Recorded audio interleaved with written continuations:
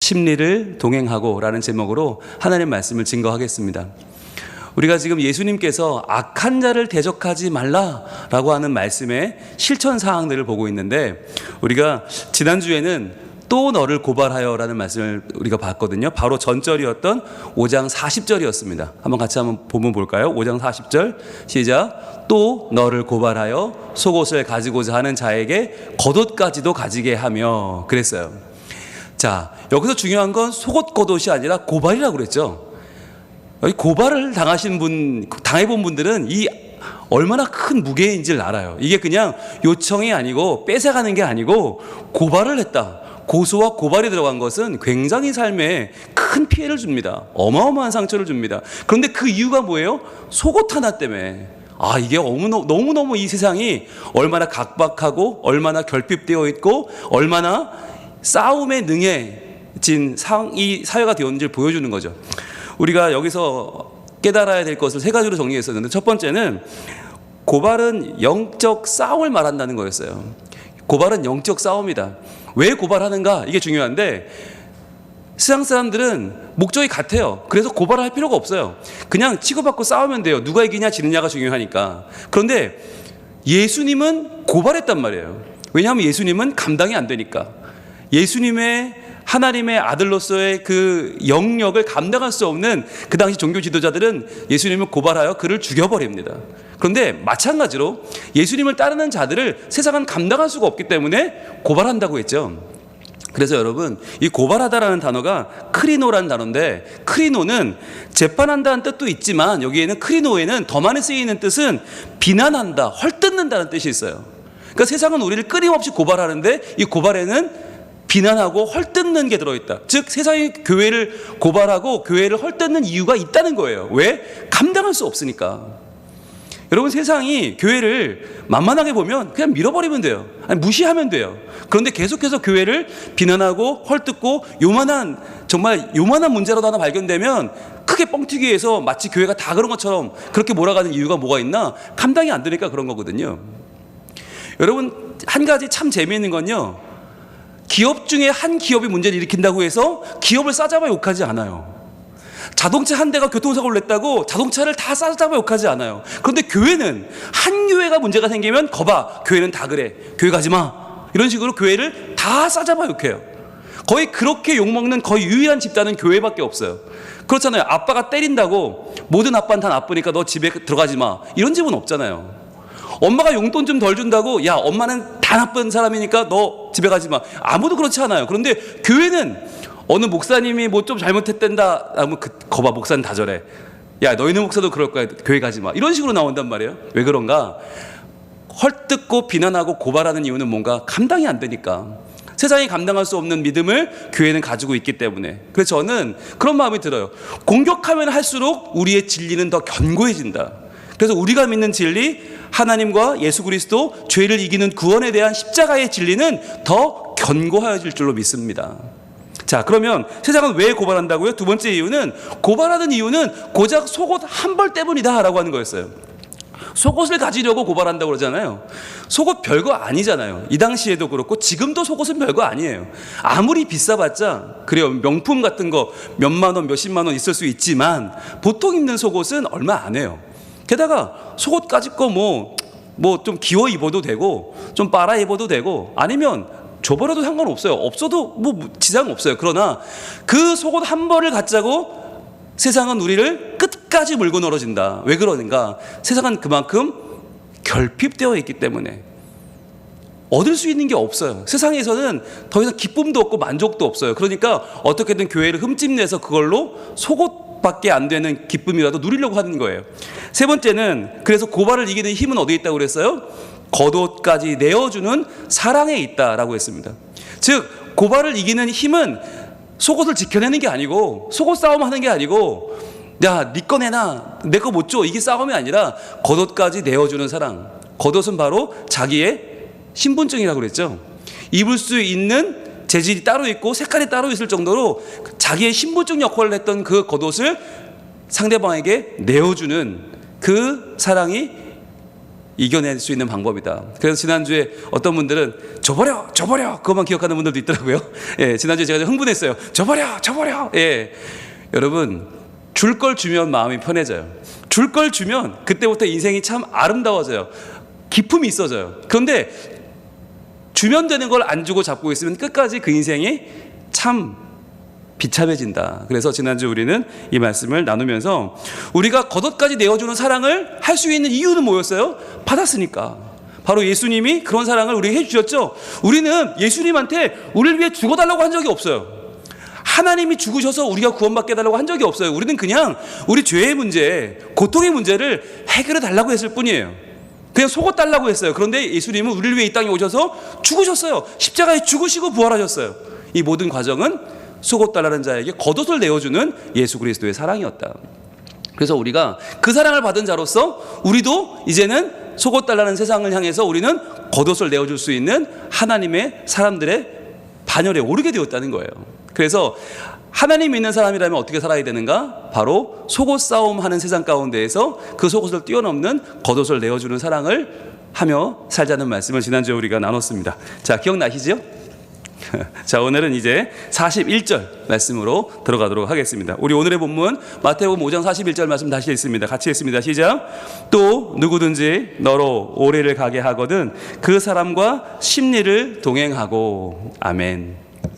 자, 여러분 이게 산 넘어 산입니다.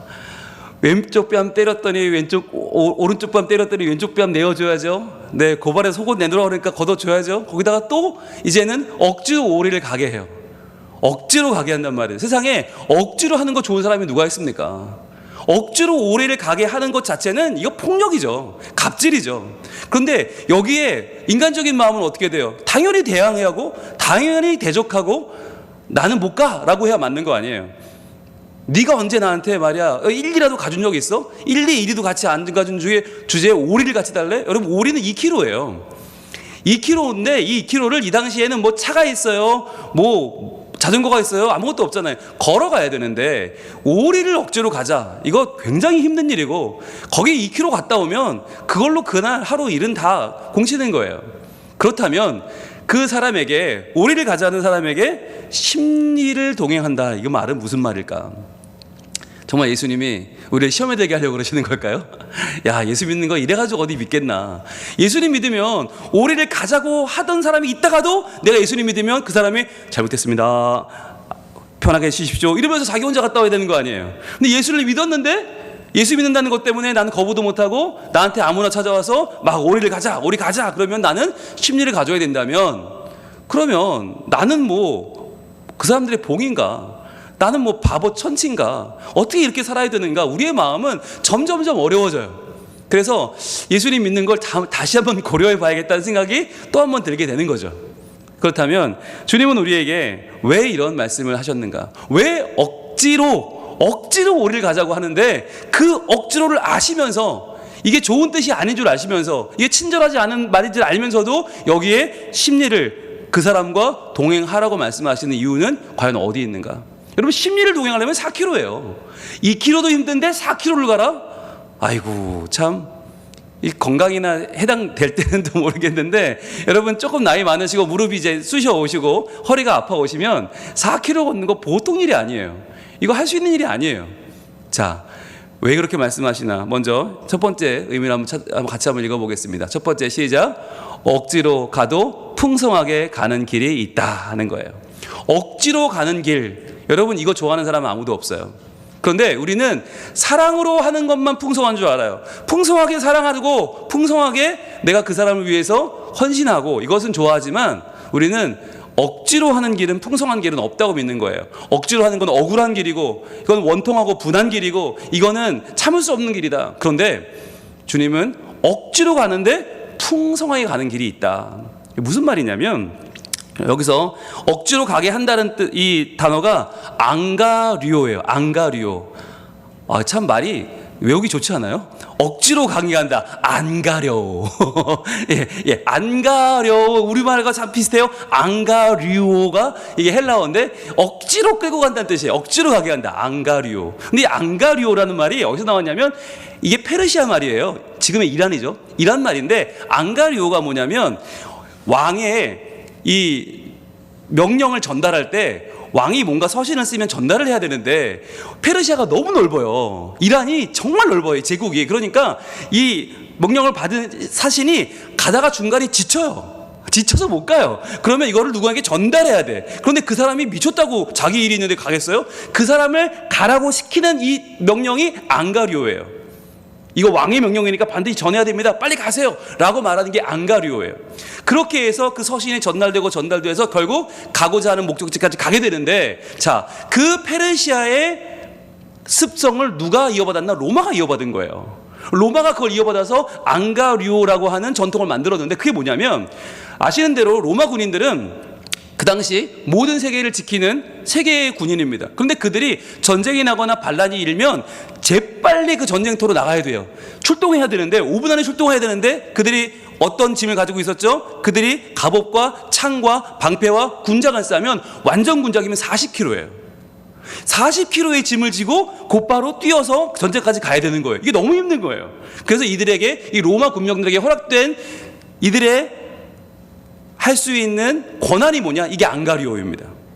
이들이 자기가 식민지로 지금 통치하는 백성 가운데 한 사람을 불러서 안가리오를 시킬 수 있어요.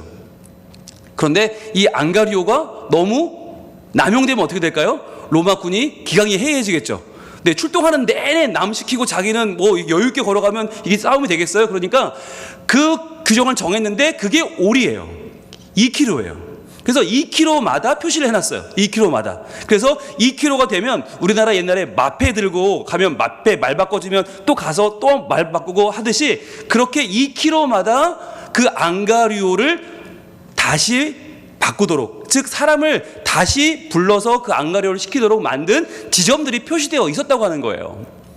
그게 오늘 말씀이에요. 그렇게 해서 억지로 오기를 가게 한다는 그 안가리오는 로마 군병들이 출동할 때 자기의 칼과 창과 40kg 군장을 대신 메고 갈 유대인을 구할 때 쓰는 단어였다는 거죠.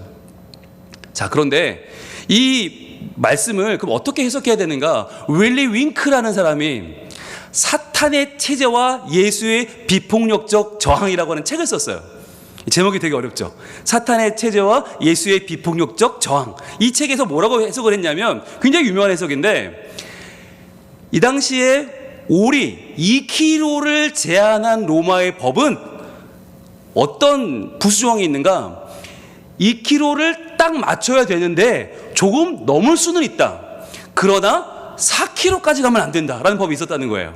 심리는 안 된다. 심리까지 가면 반드시 백부장이 이 로마 군인을 처벌하게 되어 있다는 거예요. 그래서 이 윌리 윙크라는 사람이 주장한 건 뭐냐면, 그래서 예수님의 이 심리를 가라라고 하는 말은 이게 비폭력 저항을 말하는 거다. 왜? 심리를 가자고 말하면 그 사람이 심리는 안 돼. 심리 가면 내가 벌을 받아. 심리는 안 되고 오리만 가. 아니야, 심리 갈 거야. 그러면 그 사람이 겁을 집어먹고 그러면 너 가지마. 그리고는 자기가 갈 거다라고 하는 해석이 윌리 윙크가 한 해석인데, 여러분, 저는 이 유명한 해석에 대해서 이의를 제기합니다. 그럼 과연 예수님이 하기 싫어서 너 5km 가기 싫지? 10km 간다고 그래.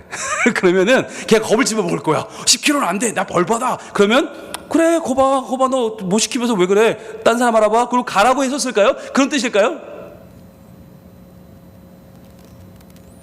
그런 뜻으로 주님이 말씀하셨다면 그동안 해오신 모든 말씀을 스스로 뒤집는 거 아닙니까?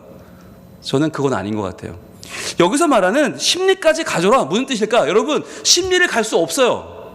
로마의 법으로 심리를 갈 수 없는데 예수님은 심리를 가라고 말해요. 무슨 말이죠? 이 말은 어떻게 해석해야 될까요? 바로 억지로 가도 풍성하게 가는 길이 있다는 건 무슨 말입니까? 억지로 오리를 그래 가는데 갈 때 어떻게 생각하려고 하는가? 오리만 딱 가고 나는 이제 자유다. 오리만 딱 가면 너희들이 나랑 안녕이다. 너 이제 내가 오리만 참을 거야 라고 하는 말로 가면 여러분, 그 오리가 얼마나 길까요? 그 2km가 얼마나 길까요? 아마 절반까지 가는 동안 죽을 맛이겠고, 절반 이후로도 정말 목적이 다가오면 다가올수록 점점 그 마음이 애가 타기 빨리 도착해야 되는데, 빨리 이거 벗어야 되는데, 빨리 가야 되는데, 이 마음일 거예요. 그러니까 여러분, 그 2km가 얼마나 불행하겠어요. 걷는 마음이, 가는 마음이 얼마나 불안하겠어요. 로마 군인이 징병을 했으면 이 앙가리오는 거부할 수가 없거든요. 앙가리오 이거 할 수 없거든요. 가야 돼요. 가야 되는데 내내 원망하고 불평하고 내내 그렇게 가겠냐? 아니면 나한테 오리를 가달라고 앙가리오를 하는 순간 어떻게 마음 먹는 거예요? 심리 가야지. 그렇지, 내가 심리를 갈 거야 라는 마음으로 그 짐을 들고 걸으면 어떻게 될까? 실제로는 오리밖에 못 가요. 그런데 내가 심리를 걷는 마음으로 가면 어떻게 돼? 가는 동안 내 마음이 훨씬 더 가벼운 거예요. 그리고 점점 도착해 올수록 어떤 생각이 들까요? 심리 가려고 그랬는데 오리만 가면 되네. 오늘 나 참 복되다. 어차피 할 헌신이라면, 어차피 할 봉사라면 기쁜 마음으로 하라는 거예요. 여러분, 그래서 오늘 예수님께서 오리를 가달라는 사람에게 심리를 가라는 얘기는 실제로 심리를 가라는 얘기가 아니라, 심리라도 갈 수 있는 마음으로 그와 오리를 동행해 주라는 것입니다. 여러분, 그렇잖아요. 누가 부탁을 했어요. 저 공항 가는데 좀 태워다 주세요 했단 말이에요. 그럼 여러분, 공항 갈 때 어떤 마음으로 가시겠어요? 공항 가서 이 사람을 던져버려야지. 공항방 나면 내가 짐을 던져버리고 올 테야. 이런 마음으로 가면 가는 마음이 얼마나 좋지 않겠어요. 그런데 내가 공항에 갔다가 이 사람이 혹시라도 표가 잘못돼서 비행기가 안 뜨면 다시 태우고라도 와야지, 이런 마음으로 가는 거예요. 그냥 공항에 던져야지가 아니라, 떨궈야지가 아니라 내가 그 사람을 모시고 다시 올 마음으로 만약에 간다면 가는 동안 마음이 얼마나 풍성할까. 근데 갔는데 이 사람이 표가 정상적으로 처리돼서 비행기가 떴어요. 그러면 어떻게 돼요? 할렐루야죠. 데리고 또 올 마음으로 갔는데 데려다만 주면 되잖아. 얼마나 좋아요. 여러분, 이렇게 얘기하면 우리가 공감이 안 돼요. 그래서 여러분, 공감이 되게 말씀을 드릴까요? 우리가 그렇게 하는 대상이 딱 한 명 있어요. 누굴까요? 그런 마음으로 대하는 대상이 있어요. 누구예요? 아시면서? 네, 저희 집에 그런 사람 둘 있어요. 네, 죄송한데 한 명만 있지 않아요. 죄송해요. 그 한 명하고는 맨날 서로 저희가 서로 더 안 섬긴다고 싸우고 있고요. 그러나 아빠 저 데려다 주세요 하면 아빠란 말이 나오버렸네요. 죄송합니다. 그분들의 실분을 밝혀버렸네요. 데려다 주세요라고 하면 너무 기뻐서 그래, 데려다만 주면 되냐? 혹시 너 올 때를 안 가도 되겠냐? 아빠가 예, 죄송합니다. 신원을 밝혀버렸는데, 여러분, 이게 아빠의 마음 아니에요? 아빠와 엄마의 마음은 어때요? 내 자녀가 뭘 부탁하면 그것만 해줄 수 없잖아. 그 2배라도 우리 해줄 수 있어. 더 넘치게라도 해줄 수 있어. 그게 부모 마음 아니에요? 그런데 그 부모의 마음이 남에게는 어떠냐는 거예요. 다른 사람에게는 어떠냐. 과연 다른 사람에게도 우리가 오리를 가자고 할 때 심리를 갈 수 있는 마음이냐. 여러분, 우리는 분명히 심리 갈 수 있어요. 그런 마음이 갖고 있어요. 왜? 자녀한테 하는 거 보면 충분히 하고도 남아요. 그런데 우리의 마음이 내 부모에게는 그렇지 않다는 게 문제죠. 내 배우자에게는 그렇지 않다는 게 문제죠. 피곤하고 귀찮으니까 알아서 하세요, 그렇게 말하는 우리의 모습은 본 모습이 아니에요. 진짜 우리 모습은 심리 갈 수 있어요. 그런데 왜 안 가나? 내 새끼가 아니니까, 내 자식이 아니니까, 내 아이가 아니니까. 내 배우자는, 내 부모는, 한치 걸러 남은 내 동료는, 내 이웃은, 내 친지는, 내 교인은 그렇게 상대가 안 되는 거예요. 그러니까 항상 오리만 딱 해주고 만자라고 생각하니까 그 오리만 해주는 것도 생색을 내고, 그 오리만 해주는 것도 굉장한 일인 것 같고, 그걸 해줬으니 나는 다 했다라고 생각하는 거예요. 여러분, 환대는 반드시 희생을 가져옵니다. 희생하지 않는 환대는 없습니다. 여러분이 받았던 가장 좋은 서비스를 기억해 보세요. 물건을 주문했을 때, 어떤 서비스를 주문했을 때 받은 사람이 어떻게 받을 때 기분이 좋아요? 예, 알겠습니다. 이건 기분 좋은 대답이 아니에요. 당연한 거죠. 기분 좋은 대답은 뭐예요? 예, 알겠습니다. 뭐 더 필요하신 건 없으십니까? 이게 기분 좋은 대답이죠. 그러면 내가 얼마나 올라가요. 그 한마디에 괜찮아요? 네. 아우, 네. 마음 써주셔서 감사합니다. 그럼 그때부터 행복해지는 거예요. 안 먹었는데 맛이 있고 배가 부르고 앉았는데 벌써 편안함이 밀려와요. 왜? 그 한마디에. 여러분, 환대는 그렇게 하는 거예요. 내가 해달라 했을 때 하나만 딱 해주는 게 아니라 그것을 뛰어넘어 뭐 더 필요하신 건 없을까요? 그 한마디. 여러분, 그 한마디가 인간관계를 새롭게 합니다. 그리고 진짜 사랑이 무엇인지를 경험하게 합니다. 여러분, 우리가 왜 그 말이 안 나오는 줄 아세요? 그 말을 잘 못 들어봤어요. 뭐 더 필요한 건 없어요를 못 들어보고 살아서 우리는 그 말이 우리 입에 나오지 않는 거예요. 그러나 여러분, 우리 모두를 대할 때 부탁합니다. 우리의 아들, 딸을 대하듯이, 내 사랑하는 내 귀한 아들과 딸을 대하듯이 그렇게 한번 남을 대해보시면 여러분은 성인 군자 소리를 들을 겁니다. 우리가 누군가를 대할 때 과연 한 번 더 물어봐 주는 거예요. 뭐 더 필요하신 건 없느냐고. 저는 이런 풍성하게 가는 길에 대한 경험이 있어요. 저는 이걸 체험했어요. 왜냐하면 저희 교회 와서 제가 목회를 하고 있잖아요. 목회를 하다 보면 요청이 많이 들어와요. 뭔가 해달라, 이렇게 해달라, 저렇게 해달라는 요구가 굉장히 많이 들어와요. 그때 잘 응대를 한다고 하는데도 부족함이 있어서 서운하게 해드릴 때가 있지만 어떻게든 하려고 노력해요. 그런데 그거는 실제로는요, 오리를 가자고 할 때 오리 가는 거예요. 그 심리를 가는 건 어떤 거냐면, 한 가정이 있었는데 그 가정이 아직 저희 교회에 등록하기 전이었어요. 예, 등록하기 전이었는데 어머니가 병원에서 병원 신방을 받으셔야 될 일이 생긴 거예요. 그런데 그분의 교회는 지금 분쟁 중이어서 교회가 너무 시끄럽고 어지러워서 그 교역자를 불러 모셔다가 병원에 와서 신방을 할 수가 없는 상황이었어요. 자, 그런 분이 요청을 하신 거예요. 목사님, 저희 어머니가 병원에 계시는데 와주실 수 있나요? 제가 고민을 했죠. 우리 교회 분도 아니고 등록하신 분도 아니고 우리 교인도 아닌데 이걸 가야 되나? 그런데 우리 교회에 간혹 예배를 드리러 오시고 얼굴은 이제 익숙하니까 요청을 받았을 때 제가 살짝 고민을 했어요. 근데 어떻게 했을까요? 예, 갔어요. 가면서 그런 생각을 했어요. 아니, 그 어머니는 저를 한 번도 못 보셨을 텐데, 아들 며느리는 저를 봤지만 어머니는 나를 한 번도 못 봤는데 한 번도 못 본 목사가 불쑥 나타나서 기도해드리면 좋아하실까? 그런데요, 그날 너무너무 귀한 만남이 이루어진 거예요. 그 어머니가 제가 가서 기도해드리는데 너무너무 좋아하시면서 정말 마치 하나님의 사자를 뵙듯이 그렇게 저를 맞이해 주셨어요. 그리고는 기도해드려서 그 병이 잘 낫고 해결이 돼서 그 과정이 어떻게 됐을까요? 네, 저희 교회에 오셨어요. 오셨을 뿐만 아니라 그 가정이 오시는 것이 하나의 물꼬가 돼서 그때부터 다른 교회에서 상처받으신 분, 아파하시는 분, 교회를 못 정하시는 분, 흔들리시는 분, 어떻게든 예배를 드리고 싶은데 교회를 못 찾는 분들이 저희 교회로 오게 되는 하나의 큰 사건이 된 거예요. 마치 그 문을 열듯이 그 열쇠가 바로 그날에 오리를 가자는데 심리를 갔던 그 걸음이 된 거예요. 또 한 집은 저희 교회 교인이었는데 이제 교회를 안 나오게 된 지 몇 년이 된 거예요. 소위 이제 교회를 떠나신 거죠. 교회를 출석하지 않는 불출석 교인이고 그 정도면 실종 교인이고 그 정도면 저희 교인이라고 볼 수 없는 상황이었는데 그 집이 장례를 치르게 된 것입니다. 근데 저한테 연락이 왔어요.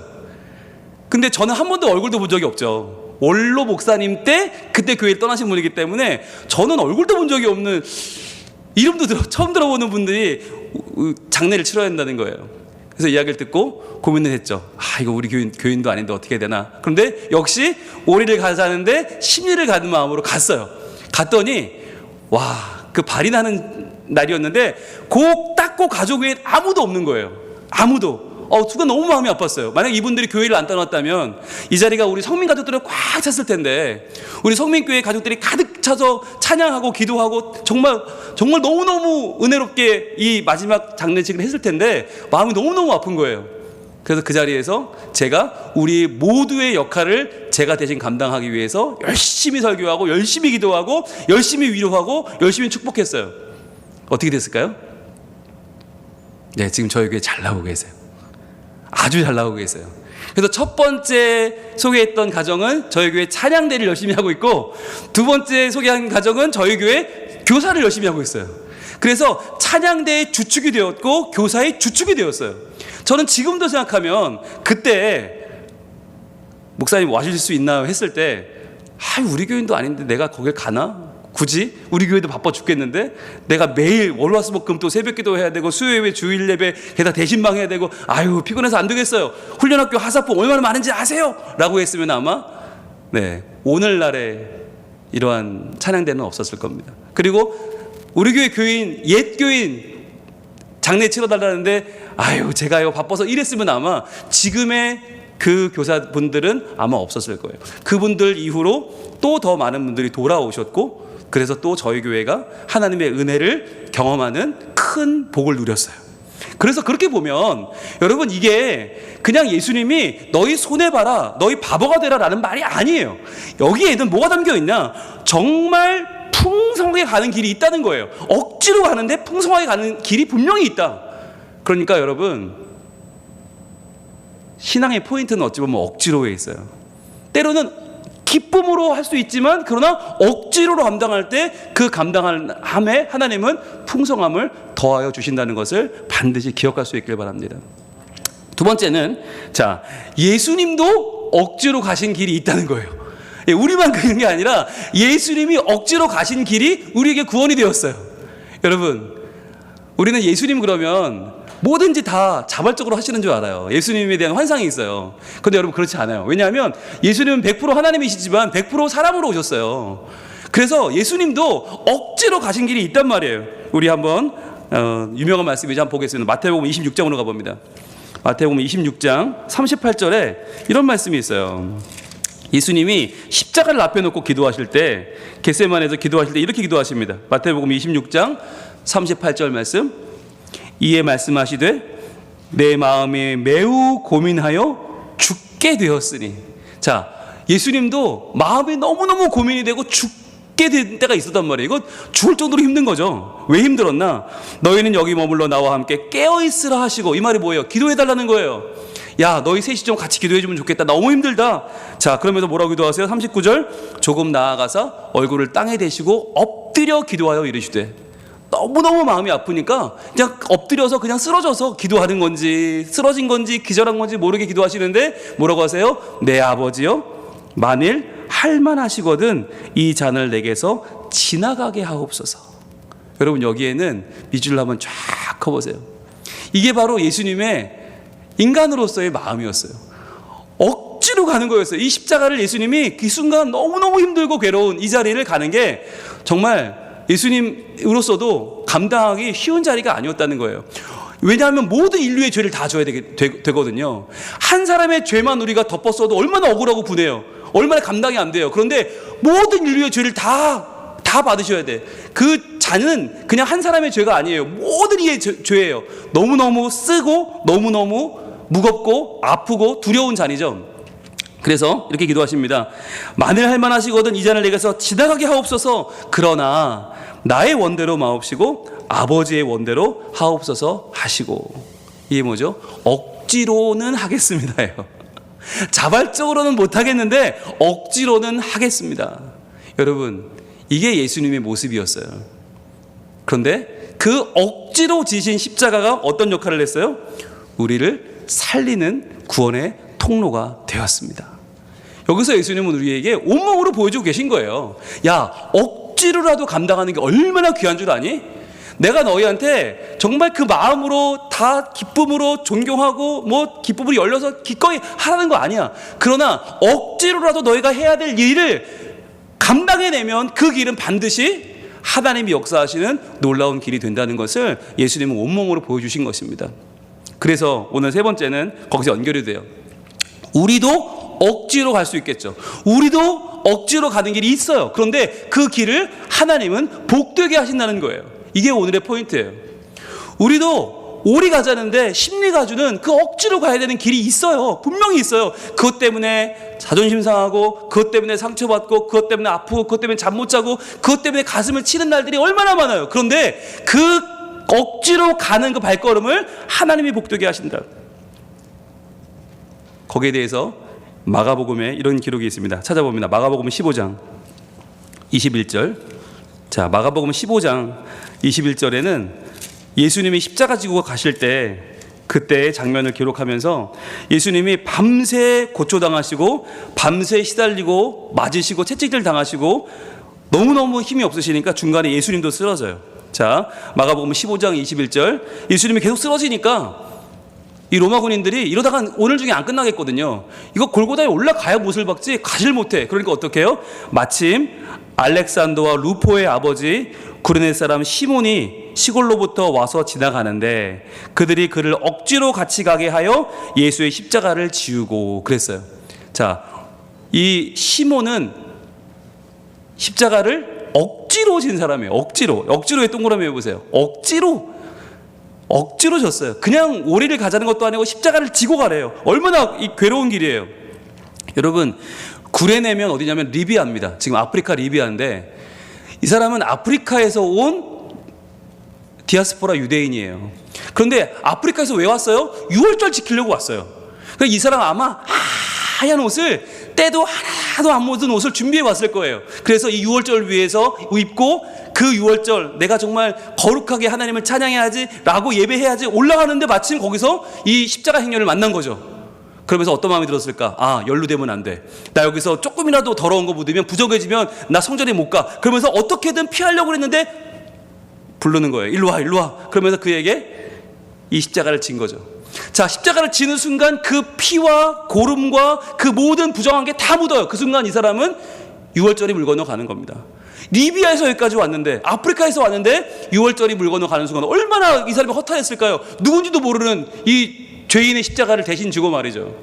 그러나 그 십자가를 억지로 지고 올라갔는데, 여러분 참 재밌는 건 마가복음은 4개의 복음 중에 제일 짧아요.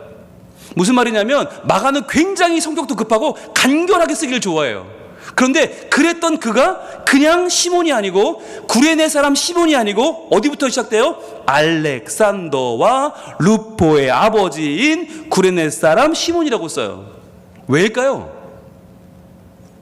알렉산더와 루포를 그 당시에 이 복음서를 읽는 사람들이 알고 있다는 거예요.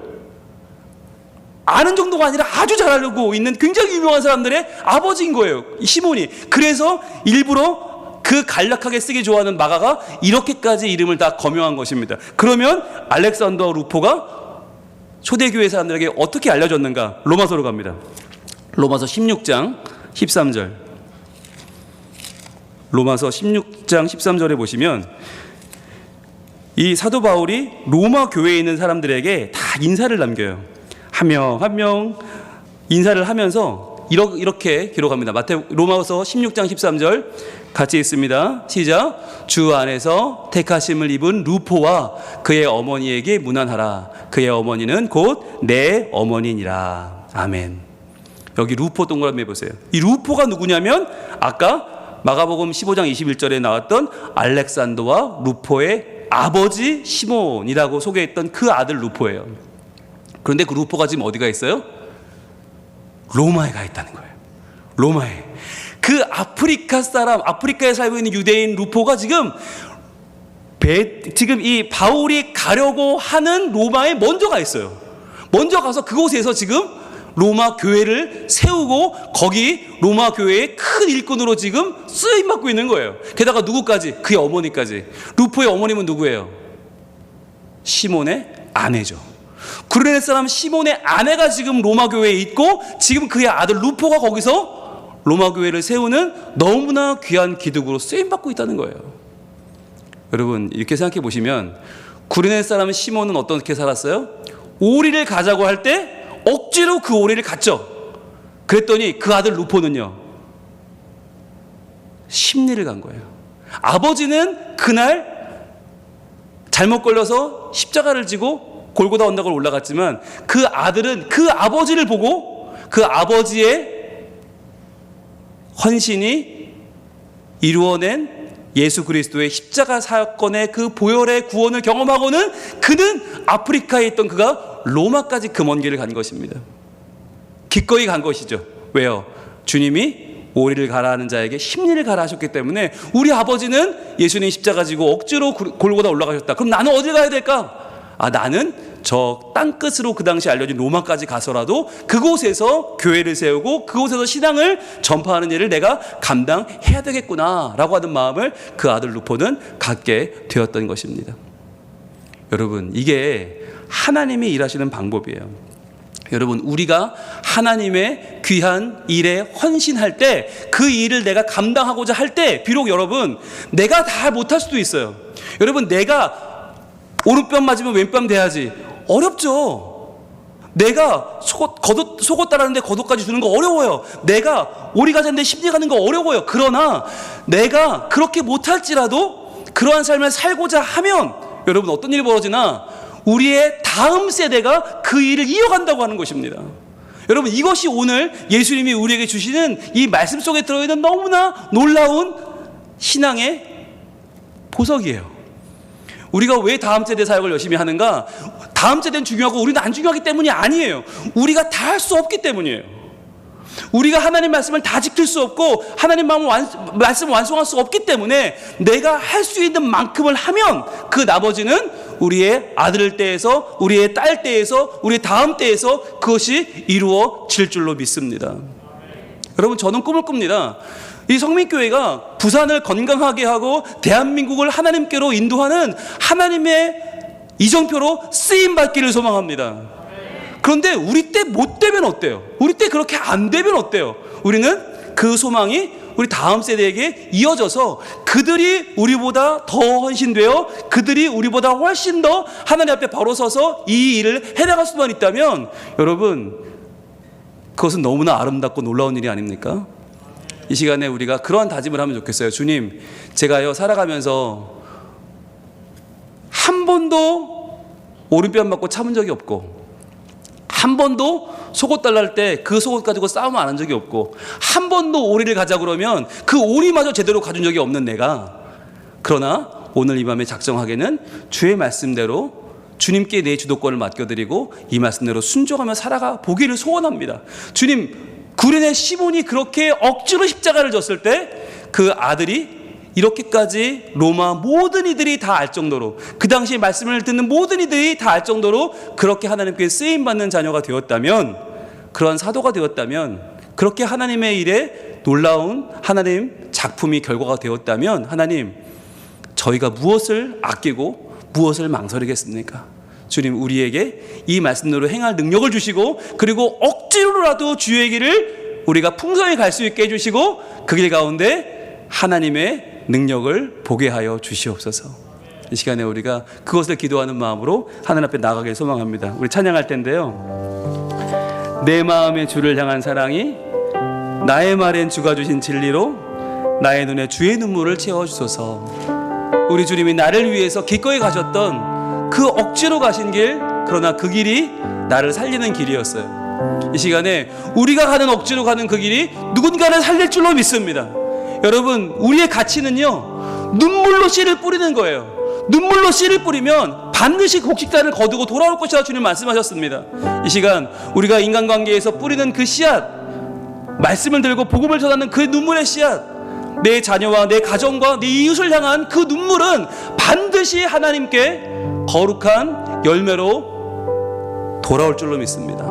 이 시간에 우리 하나님, 우리와 함께 하여 주시고 십자가의 길을 걷기로 작정하는 우리에게, 억지로라도 그 길을 가려고 하는 우리에게 하나님 갈 수 있는 힘 주시고 능력을 허락하여 주시옵소서.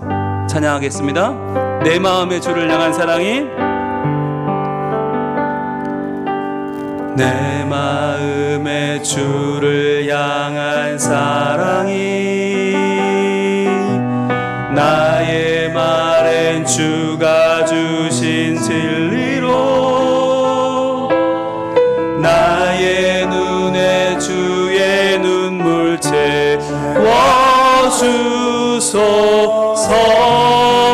내 입술에 찬양의 향기가, 내 입술에 찬양의 향기가, 두 손에는 주를 닮은 섬김이 나의 삶에 주의 은정 나게 하소서. 고백합시다. 하나님의 사랑이 영원히 함께하리. 십자가의 길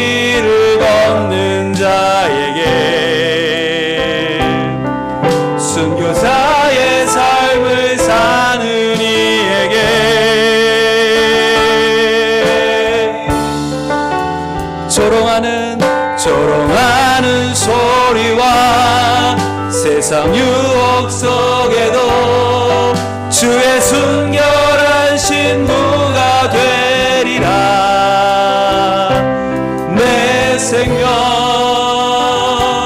주님께 드리리. 이 시간 기도할 때 나를 한번 돌아보기를 원합니다. 과연 나는 어떤 사람인가? 누가 나에게 오리를 가달라고 할 때 나는 큰 소리치고 도망치는 사람인가? 아니면 사리면 안 될까? 3리만 가면 안 돼? 1리로 하자. 점점 깎고 줄이는 흥정하는 사람은 아닐까? 아니면 그 오리를 억지로 가지고는 그걸 평생 마음속에 품고 그를 미워하며 원통하며 살고 있지 않나? 이 시간 우리 기도할 때 우리 연약한 모습을 내려놓고 하나님, 10리라도 가질 수 있는 그 마음을, 그 예수님의 마음을, 그 넓은 마음을 제게 허락하여 주시옵소서. 그리하여 풍성한 삶을 살게 하시고, 그리하여 나를 통해서 예수님이 드러나고 나를 통해서 예수님을 보여줄 수 있는 하나님의 자녀로 살게 하여 주시옵소서. 기도하겠습니다. 아버지 하나님, 아버지 하나님, 이 시간에 우리의 마음을 내려놓고 기도합니다. 아버지 하나님, 우리의 약한 마음, 우리의 공한 마음, 우리의 얇아 빠진 마음, 우리의 약해 빠진 마음을 그대로 내려놓고 고백합니다. 아버지 하나님, 오리를 가자는데 그 오리는커녕 1리도 아깝고 1리도 아까워서 어떻게 하면 덜 갈 수 있을까? 어떻게 하면 안 갈 수 있을까? 어떻게 하면 안 해줄 수 있을까? 어떻게 하면 내 좋은 길로, 내 편한 길로 갈 수 있을까? 계속적으로 나를 위한 삶을 살았던, 나만이 중요했던 저희들 마음속에 이 연약한 마음을 고백하오니 아버지 하나님 용서하여 주시옵소서. 아버지 하나님, 우리의 연약한 마음을, 연약한 믿음을 용서하여 주시옵소서. 우리의 연약한 사랑을 용서하여 주옵소서. 주님, 기꺼이 행하지 못하고 억지로 하면서 그 억지로 하는 것도 풍성하게 하지 못하고 억지로 원통해하며 불안해하며 두려워하며 더 뺏길까봐 두려워하며 더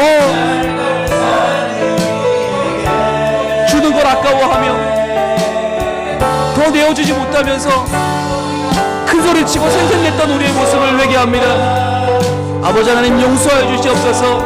아버지 하나님, 우리에게 오리를 부탁하는 자에게 10리를 가질 수 있는, 억지로 가져야 할 때 기꺼이 갈 수 있는 그 마음을 허락하여 주시옵소서. 아버지 하나님, 허락하여 주시옵소서. 주님, 허락하여 주시옵소서. 하나님의 사랑이 영원히 함께 할 것입니다. 하나님의 사랑이 영원히 함께하리.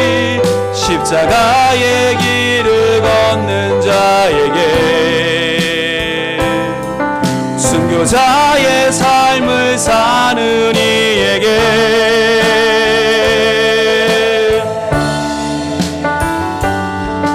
조롱하는 소리와 세상 유혹 속에도 주의 순결한 신부가 되리라. 내 생명 주님께 드리리.